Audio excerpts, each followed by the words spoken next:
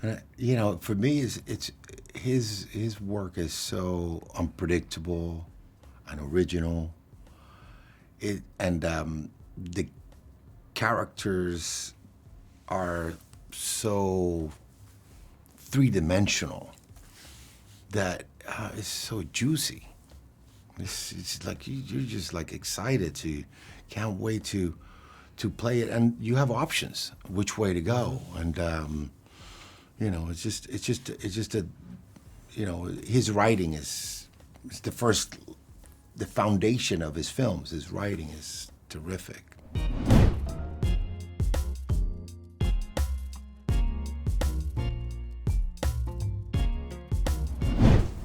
I love the film, and it's beautiful how Wes always surprises us. So I wish you could talk about this, like when you first read the script. And for me, it's like a family story, Yeah. and how did you feel about it? First reading the script was just an enormous thrill for me.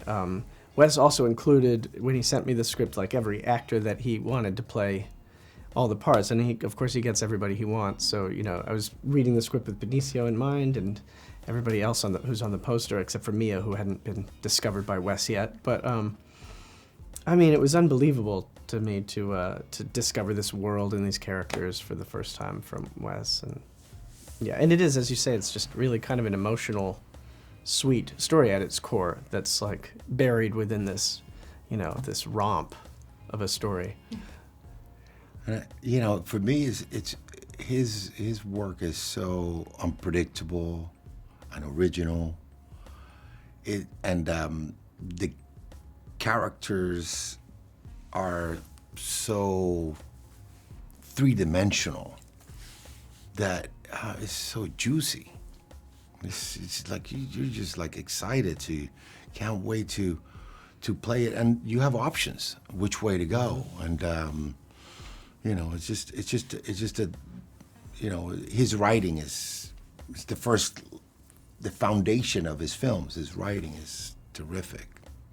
It's good to listen to this because his directing is terrific as well. Yeah. Oh yeah.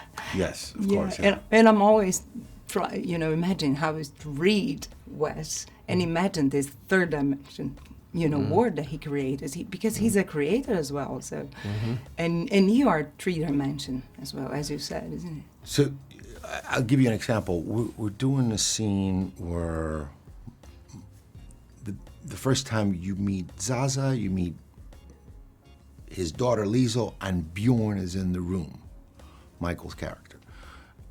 We're sitting there, and I go to Wes, and I go, Wes, I don't know if I would be giving all this information with a stranger sitting there. And he just, I go like, and he goes, okay. And he just, we'll do a polygraph test. I go, okay, yeah, that would work, okay. Mm-hmm. And then he comes up with that little thing called a lie detector, which is completely fake, but it's completely real, and is a portable lie detector. And, 1950s, and thing, it's just, like, he came up with it like that, and it was just like, yes, great. That's exactly, now he can be there, and I can feel, I can still be the character, and then, there's that moment where I go, bring me the lie detector, and then, and I plug him a couple times. It's really funny. It's really funny. That's the point, because this is one of my favorite details of the film. Like, because Zaza, it's a businessman, like a mafia man, I would say. A gangster. Yeah. So this tiny little detail tells a lot about him. Yes, yes. And full of gadgets, and he has everything. Paranoid. Yes. Won't trust anybody. Yeah, and rightly so. They're coming for him from all sides, all the time. Can't trust anyone. Yeah, boy, can't trust nobody. No. But it's cool because it's also a character-driven, director. And yes. And he does, I think, the backstories of the characters are there. His backstory. There's that moment where we all reminisce. Liesl's backstory. And it helps not only the movie and understanding why these people are who they are, but it also helps the actor because it gives you the information, the basis of who your character is. And, you know, it comes from the page. It's in the story. You know, so that's like, you know, it's old school in a way. It's just so like, you know, new and old and new, you know. Mm-hmm. How did you create your Zaza? Like, besides... I read the script. Yeah. Really, Masterpiece. really, bottom line is I read the script several times, you know. It's in there. It's in there.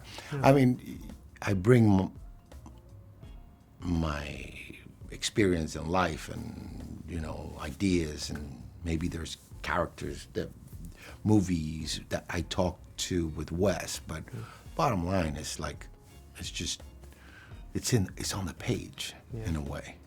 I have to wrap, but I wish you could talk just a little bit about Mia. I was filming with her because you both are with her all the time. Well, I mean, it was kind of exciting to like be there with Mia, especially in the very beginning when we were rehearsing, and just, you know, sort of vicariously imagine what she was experiencing. I mean, it's like an amazing role and opportunity and a charge of energy. So I was excited for Mia. I was excited about Mia being there and all the energy she was bringing. And then watching her do the part was really exciting because it was just like, okay, she's going to be fantastic in this. I auditioned, we auditioned her in London, Wes and I do remember one moment in which we were just playing the characters, and I just locked eyes with her, and she just locked eyes with me, and she didn't blink. That's great. And I remember telling Wes after she left, it's like, That was strong. She's strong. She's definitely what Zaza needs to shape him up, you know. So Yeah, that's great. she's really strong, young actor, very prepared. I mean, Yeah, unbelievably prepared. she's already getting some awards or something here in Cannes for her work in it. Yeah, So I'm very happy for her. I'm excited for people to see her in this, for sure. Yeah. Why? It's been 6 years since our last meeting. I have my reasons. Which are what? My reasons? I'm not saying. I'm saying I'm not saying. So, you know, like, I was watching the film the other day, and I was thinking how Wes always does his cinema, and at the same time, he surprises us. I love this feeling, you know, like every time I'm gonna watch film, I know it's him, but it's also something new. So how was for you, you know, if you had this feeling when you read the script, or were you filming? I mean, the whole experience for me was new. I have been a massive admirer of Wes's work for a very long time, and I really do remember thinking when I was about 12, I really would love to work with Wes. I would love to work with Wes Anderson one day. Oh, that's probably a silly dream. And then it ended up happening. But also this was, the way in which he works is entirely unique. So what you're going to see is going to be entirely unique. Yes, he has a very specific way that he likes to do things, but it's different. It's always a little bit different and a little bit more of something than you saw last time, or, you know, yeah, it's wonderful. You agree? Yeah, I mean, I think that's the true mark of his brilliance, is that it's always him, and yet he's always serving the story. He's always serving the characters themselves, you know, that he can maintain that kind of consistency of it being in the world of Wes Anderson, and yet every film is in its own world. It's mind-boggling to me. I don't know exactly how he does it, and I think it's honestly just a kind of privilege to step into it. You know, it's such a gift for an actor to be surrounded by such an amazing ensemble, and for him to just really care about performance, like just his granularity with which he directs every moment. It's inspiring. You know, it just really makes you think, okay, he's never happy with like 90%. You know, he wants to always keep pushing. So it kind of creates an atmosphere on set where if he's going to be that obsessively kind of focused and enjoy kind of pushing so much, it makes us all kind of want to do the same. It creates a really cool atmosphere on set. Yeah. Yeah. Yeah, I think the focus is very apparent on set, and I think how you put it is exactly right. His films never feel rote or that this has been mined before. They're always surprising throughout. Things never take the turn that you expect. And I think he's, amongst all the other attributes, just a great storyteller, you know. And he has that in person. Yeah. He really can tell a great story, and he knows exactly how it should land, and it has the same generosity and fun that the films have. And you know, his films feel like a fable for me, you know, like tale, but at the same time talking about something really, you know, possible, like father and daughter, you know what I mean? Like, and then also, even if he likes to build the world, build an universe, as you said, I think he loves the characters. Do you feel like this as actors? You know, some films don't love the characters, they love more like, you know, the scenario, you know, the plot. Or how do you as actors feel about it? It's wonderful to get to work with someone who cares so much about the story of the characters that he is telling. There is so much there's so much investment that he has in this, not only the story that he has created, but the character that he's created, and the depth of that character as a real person.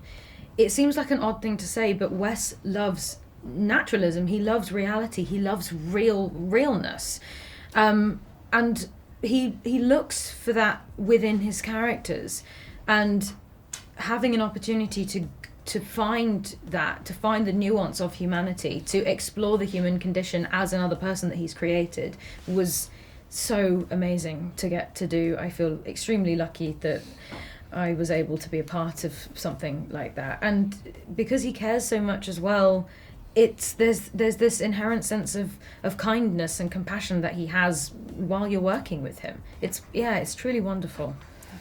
Yeah. Do you agree? 100%. Yeah, I mean, you can tell how much he cares about the characters from the way that he directs you on set. As I was saying, he's always kind of pushing. He's allowing you to explore.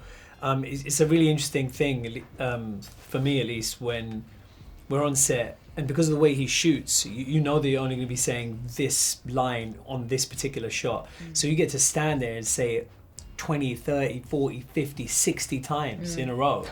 And he just leaves it running, and then we run, you know, the magazine will run out, and then you'll have to kind of change it, and you just pick back up, and it becomes kind of quite hypnotic. And he's saying, "Oh, we'll try like this. Oh, that was interesting. Go more in that direction. Okay, do this."